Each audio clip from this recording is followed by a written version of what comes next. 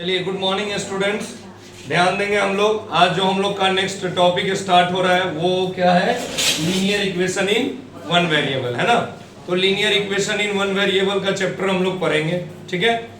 और इसके word problem आएंगे, उसके लिए एक अलग से वीडियो आएगा जिसमें आपका बहुत सारा क्वेश्चन करवाया जाएगा। तो सबसे पहले हम लोग समझते हैं कि इक्वेशन क्या होते हैं, इक्वेशन में लीनियर इक्वेशन जो है वो क्या है और वन वेरिएबल का इक्वेशन क्या है उसको समझते हैं, ठीक है बुआ।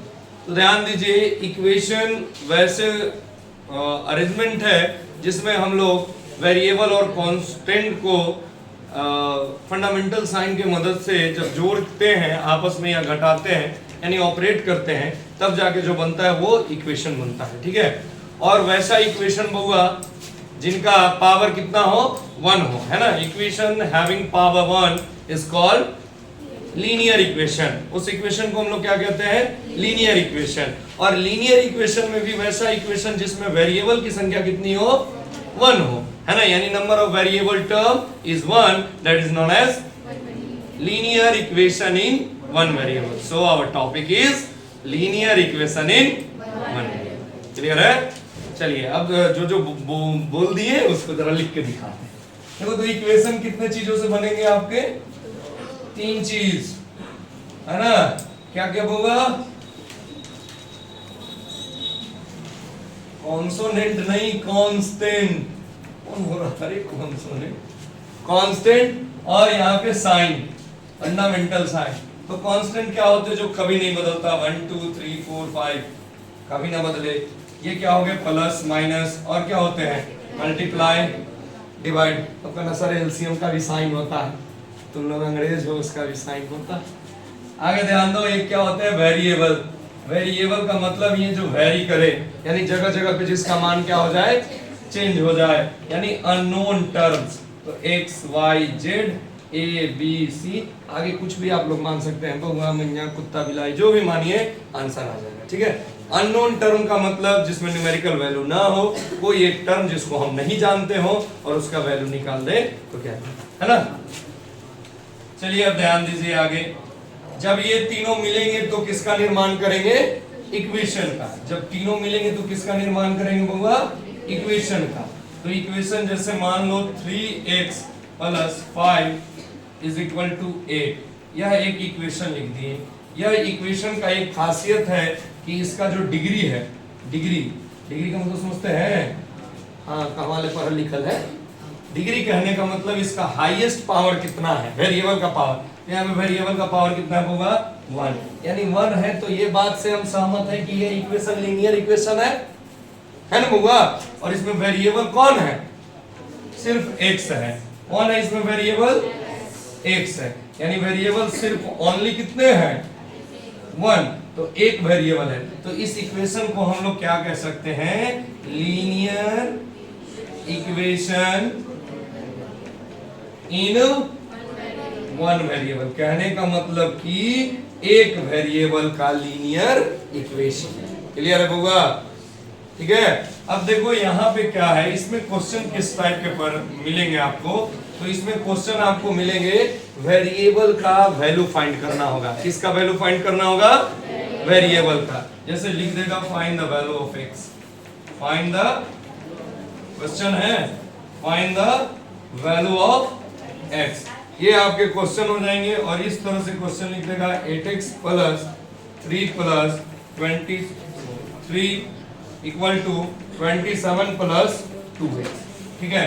देखिए ये आपके 8 क्लास में आते आते आपके लिए सिंपल है, लेकिन फिर भी हम इसको 0 लेवल से बता रहे हैं। तो ध्यान दीजिएगा, इस तरह के जो भी मैथे आए बचपन में, इसको हम लोग x का मान, है ना, ऐसे भी वो ऊपर का हिंदी कीजिएगा तो यही मतलब है कि x का मान ज्ञात करें, है ना। यानी x का मान निकालना है। कहने का मतलब कि वेरिएबल का मान, वेरिएबल का वैल्यू हमको क्या करना है?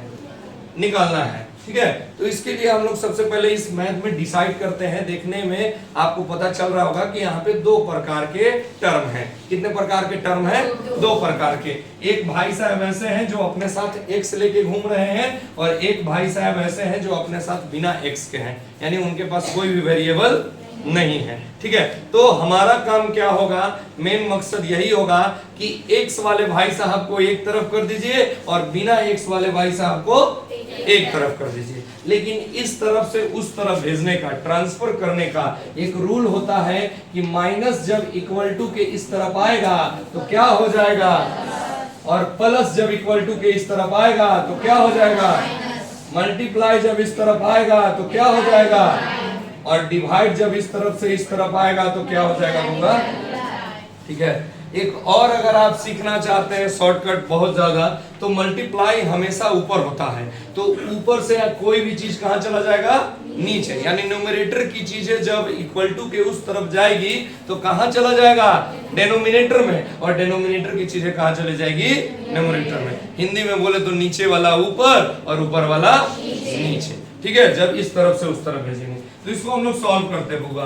तो 8x और इधर से 2x को ले आओ, है ना, ले आओ, नदी पार करवाओ, तो यहाँ आ जाएंगे ये -2x, यहाँ पे 27 पहले से था, ये 3 इधर जाएगा, क्या हो जाएगा होगा -3, है ना। 8x में से 2x चला गया, है ना, ये घटाव कोई बड़ा नहीं होता है, 8 आम में से 2 आम गया, ऐसे बोलोगे 8x - 2x तो दिमाग ना काम करेगा, x खत्म, इस टाइप के सोचोगे। लेकिन इस तरह से सोचो, 8x में से 2x चला गया, 8 वो x था, उसमें से के वो x चला गया, तो के वो x बचा 6x, है ना। तो 24। अभी देखो ऊपर बताए थे, यहाँ पे ये किसके साथ है, मल्टीप्लाई, जब बीच में कोई साइन नहीं है, अगर तो इधर किस में जाएगा, डिवाइड में, या ऐसे ही याद रख सकते हो, यहाँ कहाँ है ऊपर, तो यहाँ कहाँ चला जाएगा, नीचे। इसके आंसर कितने आ जाएंगे, तो इस तरह के क्वेश्चन आपको देखने को क्या होगा मिलेगा। ठीक है, चलो ये क्वेश्चन ध्यान दो बुआ, इधर इस तरह के क्वेश्चन रहेंगे। देखिए ब्रैकेट के बाहर है, ब्रैकेट के बाहर है तो वो दोनों के लिए है ना, तो दोनों के साथ पहले मल्टीप्लाई कर दीजिए, 3 5 का कितना हो जाएगा 15x, है ना। उसके बाद क्या हो जाएगा -3 7 जा 21, -18x और माइनस प्लस कितने हो जाएंगे 20। हाँ, इतना जोर से मत बोलो, रिकॉर्डिंग में आवाज आ जाए, थोड़ा आराम से, नहीं तो तुम ही लोग पढ़ाने लगो। कितना हो जाएगा 32x और -52 ना, और -70। ध्यान दीजिए, पहले हम लोग इसको डील कर लेते हैं, तो कितने हो जाएंगे, 15x से 18x चला गया माइनस, और 22 में से 21 चला गया प्लस, आएगा इज इक्वल टू 32x, है ना, और -52 और -17 मिलकर क्या बन जाएगा होगा -69।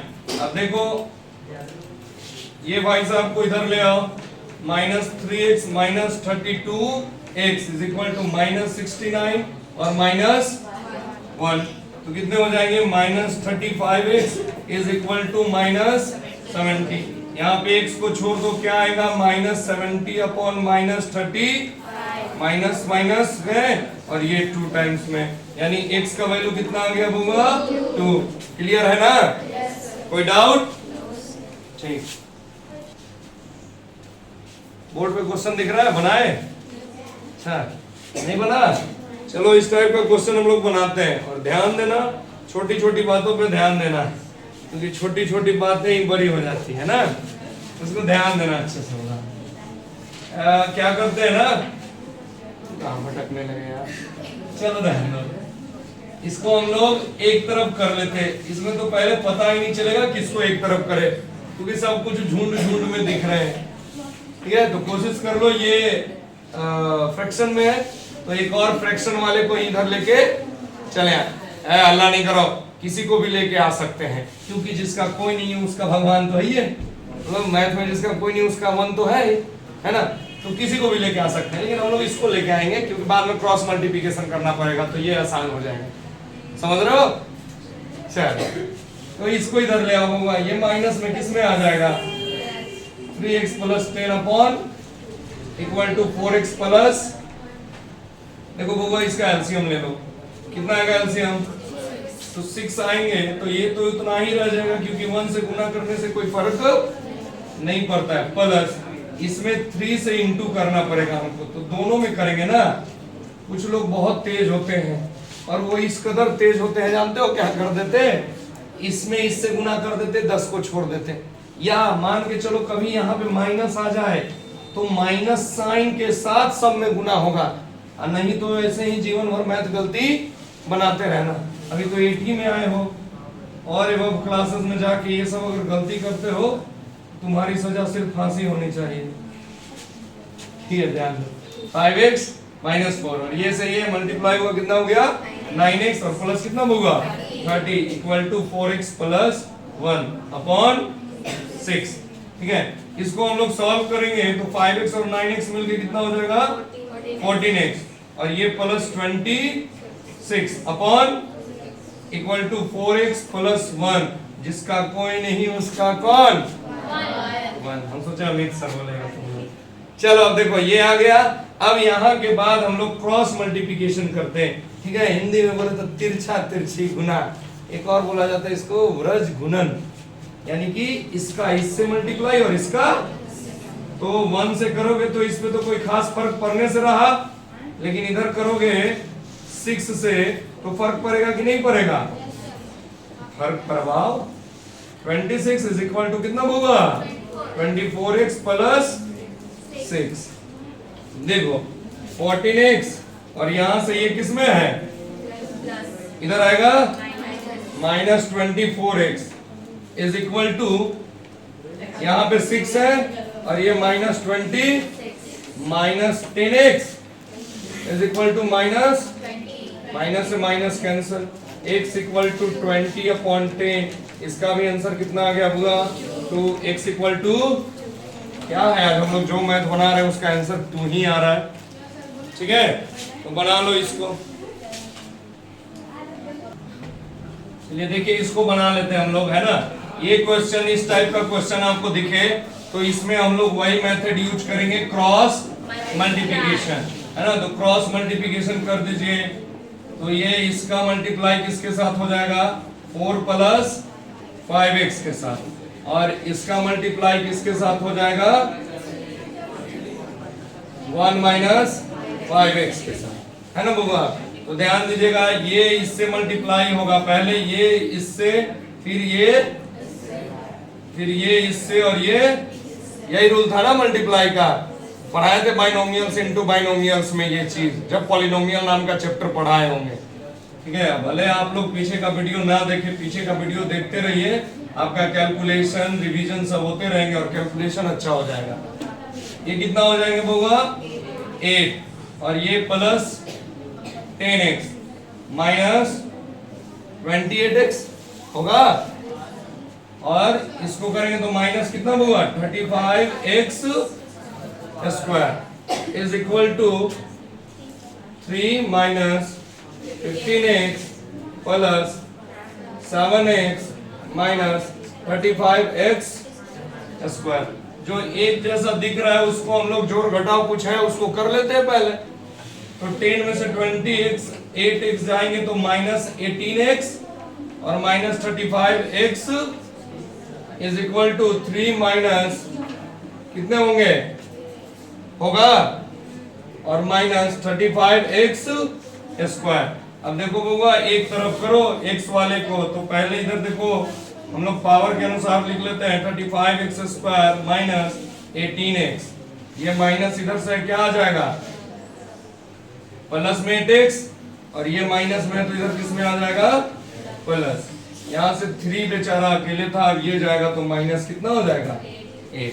क्लियर है। देखो एक प्लस में है और एक माइनस में है, घट के 0 हो जाएंगे, और 18x में से ये जाएगा कितना आएगा बताओ तो minus 10x equal to minus से minus cancel, x equal to 5 upon 1/2।